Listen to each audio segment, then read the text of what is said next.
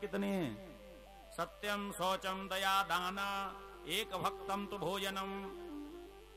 इस फल को खा करके मुझे झूठ नहीं बोल सकती हूँ, सत्य बोलना पड़ेगा। शौचम माने पवित्र रहना पड़ेगा, स्नान करना पड़ेगा। न तो मैं सत्य बोलती हूँ और न पवित्र रहती हूँ, माने स्नान करती हूँ। जब सर्दी के महीने आते हैं ना तो मैं 2-2, 3-3 महीना का स्नान ही नहीं करूँ। लेकिन अब तो ऐसी बढ़िया सुविधा है गई है कि बाथरूम में कुंडी लगाए लो, अब पता ना नहाए है कि ना नहाए, वैसे ही महाराज हु करते हुए चले आओ। बहुत बढ़िया उपाय है, लेकिन ऐसा नहीं करना चाहिए। कई लोग ऐसे हैं जो कि नहाते नहीं है, जल से बहुत डर लगता है। दया दान, और मेरे हृदय में दया नहीं है, लड़ाई नहीं कर सकते। अब जब तक दिन में 2 बार पड़ोसन से लड़ना है तो न मेरी रोटी पचेना है। एक समय भोजन करना पड़ेगा। आप बता, एक समय भोजन करूंगी तो कैसे रहूंगी? मैं दिन में 4-4 बार भोजन करती हूँ। जमीन पे सहन करना पड़ेगा, सोना पड़ेगा। दल्लप के गद्दन पे तो नींद ना आवे, जमीन पे कैसे नींद आ जाएगी? बहन, मैं ये नियम नहीं कर सकती, पर चल तुम कहती हो तो खा लेती हूँ। लेकिन जब मैं फल खाऊंगी तो गर्व होगा।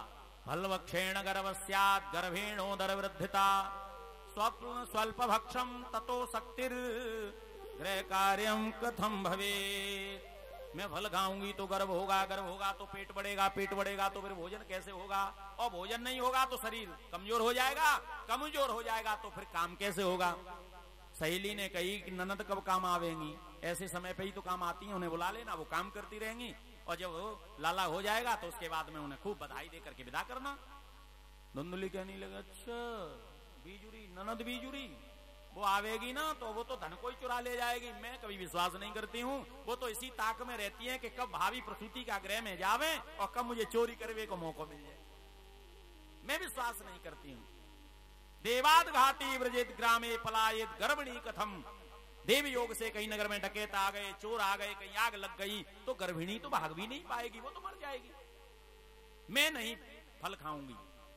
मेरी हिम्मती के अनुसार तो लालने पालने दुखम प्रसूता यास वर्तते। लालन पालन में बहुत कष्ट होता है, परेशानी होती है। और मेरी मत से बंध्या वा विधवा नारी सुखनी चेत में मति। मेरी मति के अनुसार तो विधवा या बंध्या जो होती है वही सुखी होती है, बाकी सब दुखी है। सहेली ने बहुत समझाया लेकिन एक नहीं मानी। सहेली तो चली गई, देव योग से इसकी बहन आ गई।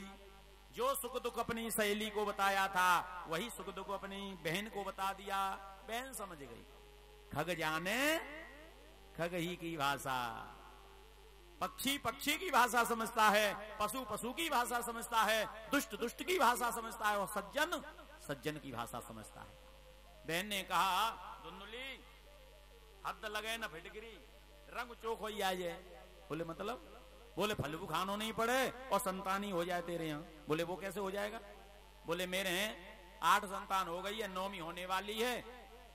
मैं रातों रात जब पैदा हो जाएगी तो तेरे लिए भिजवा दूंगी, इसके बदले में धन देना पड़ेगा। धुंधली ने कहा फलों का होगा? बोले फल परीक्षार्थ गाय को खिला दे। भाई तेरे तो बालक होगा नहीं तो तेरे तो दूध आएगा नहीं। जब बालक मेरे होगा मैं तुझे भेज दूंगी तो उस बालक के लिए और गाय के द्वारा दूध मिल जाएगा। क्योंकि इस फल में कोई करामात होगी, फल की कोई भूमिका होगी तो गाय के द्वारा बच्चा होगा और गाय ब्याहेगी तो दूध मिल जाएगा, तो बच्चे के लिए दूध भी हो जाएगा। एक तीर में 2 शिकार होंगे। बात ठीक है। परीक्षार्थ फल गाय को खिला दिया और नौटंकी शुरू कर दी। मैंने फल खा लिया है, मैं गर्भवती हो गई हूँ, गर्भवती हो गई हूँ। महाराज समय आने पर बालक हुआ और बालक हुआ तो रातों रात में हल्ला मचा दिया और महाराज उस बच्चे को रातों रात पहुंचा दिए पति के द्वारा। जो ही धुंधली ने हल्ला मचाया, मेरे पुत्र हो गया, पुत्र हो गया। आत्मदेव जी बड़े प्रसन्न हुए। खूब महाराज उन्होंने ब्राह्मणों को बुला करके दान किया है, खूब पुण्य किया है। कुछ दिनों के बाद में गौ के द्वारा बालक हुआ और जब बालक हुआ तो सारे नगर में हल्ला मच गया। कहां आत्मदेव जी महाराज के संतान नहीं हुई और जब संतान हुई तो गाय के द्वारा भी संतान होने लगी। पूरा शरीर मानव का है लेकिन कान जो है वो गाय के समान है। गौ कर्ण नाम होगा। गौ एव कर्ण यस स गौ कर्ण। कान गाय कैसे कान होने के कारण उनका नाम ही गौकर्ण हो गया। नामकरण महाराज जन्म से ही और उनका हो गया था। सब लोग गौकर्ण गौकर्ण कहने लगे, भाग्य की सराहना लोग करने लगे। बच्चे के लिए दूध हो गया। धीरे धीरे दोनों बच्चे बड़े हुए और बच्चे बड़े हुए तो जो गौकर्ण था वो महाराज विद्वान पंडित हो गया और धुंधुली का जो पुत्र था उसका नाम हुआ धुंधकारी, वो महाराज दुष्ट हो गया। गौकर्ण पंडित ज्ञानी धुंधकारी महाखलह, महाराज वो दुष्ट हो गया। और ऐसा दुष्ट जो कि स्नान आदि से महाराज हीन, स्नान शौच क्रियाहीनो दुर्वक्षी क्रोध वर्धित दुष्परिग्रह करता च सब हस्तेन भोजनम, मरे हुए और पशुओं का भोजन करने वाला, शराब पीने वाला, जुआ खेलने वाला, जितने भी महाराज बुरे कर्म हैं वो सब करने लग गया। पिताजी ने डांटा फटकारा, एक दिन महाराज पिताजी को ही मारने लग गया। आत्मदेव जी दुखी होकर के आत्महत्या करने वहीं पहुंचे जहां पहले गए थे। देखिए विडंबना, जब बच्चा नहीं था तब भी मरने गए, और बच्चा जन्म गया तब भी मरने के लिए जाते हैं। इससे तो अच्छा है कि बच्चा नहीं हो तो ठीक है, उस कपूत से नहीं हो तो बढ़िया है, और यदि हो तो सुपुत्र पैदा हो, और सुपुत्र एक ही उद्धार कर देता है, और कुपुत्र 100 भी महाराज बेकार है। गौकर्ण ने पकड़ लिया, पिताजी क्या कर रहे हो? बेटा मैं जा रहा हूं, धुंधकारी ने मुझे अपमान कर दिया है। तब कहा प्रतिष्ठामी को गच्छामी को में दुखम व्यपोहयेत, अब मैं कहां जाऊं, मेरे दुख को कौन दूर करेगा? तब गौकर्ण जी महाराज ने यहां उपदेश दिया है, असार खलु संसारो दुख रूपी विमोहक, और सुतः कस्य धनम कस्य स्नेहवान चलते निसम। कोई किसी का नहीं है पिताजी, ये संसार असार है, झूठा है, न कोई पुत्र, न कोई पिता, न कोई माता, न कोई धन, न कोई संपत्ति, कुछ नहीं है। केवल भगवान का भजन करो, ध्यान करो, चिंतन करो। जो ही उपदेश मिला सोई गौकर्ण जी के कहने से आत्मदेव जी तपस्या करने चले गए। 60 वर्ष इन्होंने महाराज तपस्या की और भगवान में अपना शरीर कर दिया। गौकर्ण भी महाराज तीर्थ यात्रा के लिए चले गए। धुंधकारी अपनी माता के पास में गया और माता से कहने लगा, धन कहाँ है, तुमने ये छुपा के रखा है? अरे बेटा मेरे पास धन कहाँ है, तेरे पिताजी और चले गए तुझे तेरी ये करतूत देख करके। महाराज जो भी धन था वो छीन लिया माता से, और माता का अपमान कर दिया। रात्रि में वही माता कुएं में जाकर के आत्मदाह कर देती है, मर जाती है, स्वतंत्र हो गया। इसने 5 वेश्याओं को रखा, और 5 वेश्याएं कब तक रही? जब तक धन रहा। भाई परस्त्री का कोई भरोसा ही नहीं, और वो भी महाराज बाजारू। 5 वेश्याओं को जब रखा तो इसने चोरी की, और चोरी करके महाराज राजा के खजाने तक पहुंच गया। पोटली बांध करके एक दिन ले आया, जब खत्म हो जाए तो बता देना।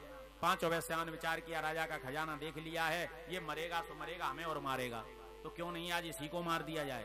रात्रि में भोजन करा के और 4 पाई कस के और गला दबाने लगे, लेकिन मरा नहीं। जब मरा नहीं तो तपते हुए चूल्हे में से अंगारे लेकर के और तपते हुए अंगारों को मुंह में ठूसा। गोविंदाय नमो नमः हो गई, मर गया। आंगन में गड्ढा खोद करके दफना दिया, ऊपर से मिट्टी डाल के गोबर से लेप दिया और 4 पाई बिछा ली। कुछ लोगों ने पूछा, आस पड़ोसियों ने, धुंधकारी कहाँ है? तो कह दिया बाहर गए हैं नौकरी करने के लिए, और धन लेकर के महाराज चंपक हो गए। इसीलिए कभी भी बाजारू स्त्री पर भरोसा नहीं करना चाहिए, ये शास्त्र कहते हैं। महाराज मर करके वो घोर प्रेत बना। धुंधकारी ने जब मर गया तो सूचना गौकर्ण जी के पास पहुंची, तो गौकर्ण जी महाराज ने गया में जाकर के श्राद्ध किया है। श्राद्ध किया, तर्पण किया, और करके अपनी जन्मभूमि पर आए। विचार किया किसको जगह में, लेट हो गए थे, रात्रि हो गई थी, अपने ही खंडर घर में सो गए चटाई बिछा करके। और जब सोते हैं तो धुंधकारी जो प्रेत बन गया था वही आकर के दिखाई देने लग गया। सक्रनमेशा सक्रधस्ति सक्रच महिषो भवत्, सक्रदग्नि सक्रचाग्नि पुनश्चा पुरुषो भवत्। कभी मेढ़ा बन जाता है, कभी अग्नि बन जाता है, कभी भैंस बन जाता है, कभी भैंसा बन जाता है, कभी इंद्र बन जाता है, कभी अग्नि बन जाता है। गौकर्ण जी समझ गए ये कोई आत्मा है। कमंडलू में से जल लेकर के जो ही छीटा दिए, सोई कहने लगा, अहम भ्राता तुदीयोस्मि धुंधकारी नामतः स्वकीयेनेव दोषेण ब्रह्मत्वं नाशितं मया। मैं तुम्हारा भाई धुंधकारी हूँ, मैंने अपने ब्रह्मत्व का नाश कर दिया था, इसलिए मुझे घोर प्रेत योनि प्राप्त हुई है। मेरे मुक्ति के लिए कोई उपाय बताओ। गौकर्ण जी ने कहा, मैंने गया में श्राद्ध किया तो था, तर्पण किया तो था। धुंधकारी ने कहा, एक श्राद्ध की चलती क्या है, तुम 100 श्राद्ध करोगे तो भी मुक्ति नहीं हो सकती है। तो बोले कुछ और करो। अब सबको पूछते हैं प्रातः काल होते ही, भैया मुक्ति के लिए कुछ बताओ। अब किसी ने कुछ नहीं बताया तो भगवान सूर्य नारायण का स्तवन करने लगे। भगवान सूर्य नारायण का जो स्तवन किया सो सौर मंडल में से आवाज आई, यदि अपने भाई की मुक्ति चाहते हो तो श्रीमद् भागवतान मुक्ति सप्ताहम वाचनम कुरु, श्रीमद् भागवत कथा सुनाओ जिससे तुम्हारे भाई की मुक्ति हो जाएगी। गौकर्ण जी महाराज ने जो ही भागवत की कथा सुनना शुरू की, एक तरफ से महाराज आवाहन किया, बोले धुंधकारी आओ और कथा सुनो। चारों तरफ पंडाल में घूम रहे हैं, जहां बैठते हैं हवा से उड़ जाते हैं। वहीं एक पोला बांस दिखाई दिया, उस पोले बांस की महाराज उस पोल में बैठ गया। न हवा का डर न पानी का डर, श्रीमद् भागवत की कथा महाराज सुनता है। 7 दिन में 7 महाराज ग्रंथी और मुक्त होकर के और दिव्य रूप धारण करके और महाराज भगवान के धाम के लिए जाने लगा, जय जयकार करते हुए। धन्या भागवती वार्ता प्रेत पीड़ा विनाशिनी, सत्ता होपि तथा धन्य कृष्ण लोक फल प्रद। धन्य श्रीमद् भागवत महापुराण की कथा, जो कि घोर प्रेत योनि को भी, उस प्रेत को भी मुक्त करने वाली है। कंपन्ते सर्व पापानि सप्ताह श्रवणे स्थिते। भगवान की कथा सुनने से सारे पाप कांपने लगते हैं, और जब पाप कांपने लगते हैं तो महाराज वो नष्ट हो जाते हैं, और जब पाप नष्ट हो जाते हैं तो उन्हें भगवान का धाम प्राप्त हो जाता है। विमान में बैठ करके और धुंधकारी भगवान के धाम को जाने लगा। गौकर्ण ने रोक लिया, विमान चालको विमान रोको, कहाँ ले जा रहे हो धुंधकारी को? बोले ले कहाँ जा रहे हैं? भगवान के धाम को ले जा रहे हैं। क्यों? बोले इन्होंने कथा सुनी है। बोले कथा अकेले धुंधकारी ने थोड़ी सुनी है, सारे गांव वालों ने भी सुनी है। बोले नहीं, जिस भाव से धुंधकारी ने सुनी है उस भाव से गांव वालों ने नहीं सुनी। गांव वाले सुनते हैं और घर में जाकर के काम में लग जाते हैं, सवेरे तक भूल जाते हैं क्या कथा सुनी थी हमने। और धुंधकारी दिन में कथा सुनते हैं, रात में मनन करते हैं, फिर कथा सुनते हैं, फिर मनन चिंतन करते हैं। कथा सुनने में भेद हो गया है, इसलिए फल में भेद हो गया है। गौकर्ण जी महाराज ने कह दिया गांव वालों से, जैसे धुंधकारी ने कथा सुनी है वैसे ही तुम सुनो और हम सब मुक्त होकर के जाएंगे। पूरे ग्रामवासियों को कथा सुनाने लगे। श्रावण के महाराज महीने में घर का कोई काम नहीं करोगे, अब केवल भगवान की कथा सुनोगे और मनन चिंतन करोगे। 7वें दिन सारे नगरवासी भगवान नारायण के धाम के लिए गए हैं। जैसे राम जी महाराज अयोध्या के सभी लोगों को, सभी परिकर को साथ में लेकर के बैकुंठ गए हैं, वैसे ही यहाँ गौकर्ण जी महाराज सभी ग्रामवासियों को भागवत की कथा सुना करके और साक्षात भगवान के धाम के लिए गए हैं। बोलिए भागवत भगवान की जय। नारद जी महाराज ने हाथ जोड़ करके कहा, गुरुदेव क्या भागवत का कोई नियम होता है? और नियम होता है तो कैसे करानी चाहिए? तो यहाँ पर संत कुमारों ने वर्णन किया है, अथते संप्रवक्ष्यामा सप्ताह श्रवणे विधिम सहायेर वसुवैश्चैव प्राय सांध्यो विधि स्मृतः। माने श्रीमद् भागवत महापुराण की कथा का एक विधान होता है कि दिन में भागवत की कथा बड़े प्रेम से भाव से सुने, और इसके आयोजन को करे तो कैसे करे? विवाहे यादृशम वित्तम तादृशम परिकल्पयेत। जैसे विवाह में पैसा खर्च किया जाता है, विवाह का कार्यक्रम किया जाता है, वैसे ही भागवत का आयोजन करना चाहिए, बिना किसी लालच के, बिना किसी लोभ के। भागवत में लोभ नहीं किया जा सकता है। तीर्थे वापि वने वापि गृहे वा श्रवणम मतम। तीर्थ में, वन में, या किसी तालाब के किनारे, नदी के किनारे, और नहीं तो महाराज घर पे भाव से कथा श्रवण करे। शोधनम मार्जनम भूमि लेपनम धातु मंडपम। बढ़िया सुंदर मंडप बनवावे, वहाँ की भूमि बढ़िया पवित्र करे, बैठने के लिए सुविधाजनक जगह दे, जहाँ लोग बैठ करके सुविधाजनक भागवत कथा सुन सके। पहले से सारी सामग्री इकट्ठी करके और कार्यक्रम प्रारंभ हो, जिसमें कि मन लगा करके भागवत की कथा सुनी जाए। और वर्णम पंच विप्राणाम, ब्राह्मणों का वर्ण करे, जो गायत्री मंत्र, द्वादशाक्षर मंत्र, गणपति मंत्र और मूल भागवत का पाठ महाराज आचार्य करें। ऐसा 5 ब्राह्मणों के द्वारा वर्ण करे। उसके बाद में भागवत कथा वक्ता के लिए बढ़िया सुंदर और सुविधाजनक व्यवस्था करे।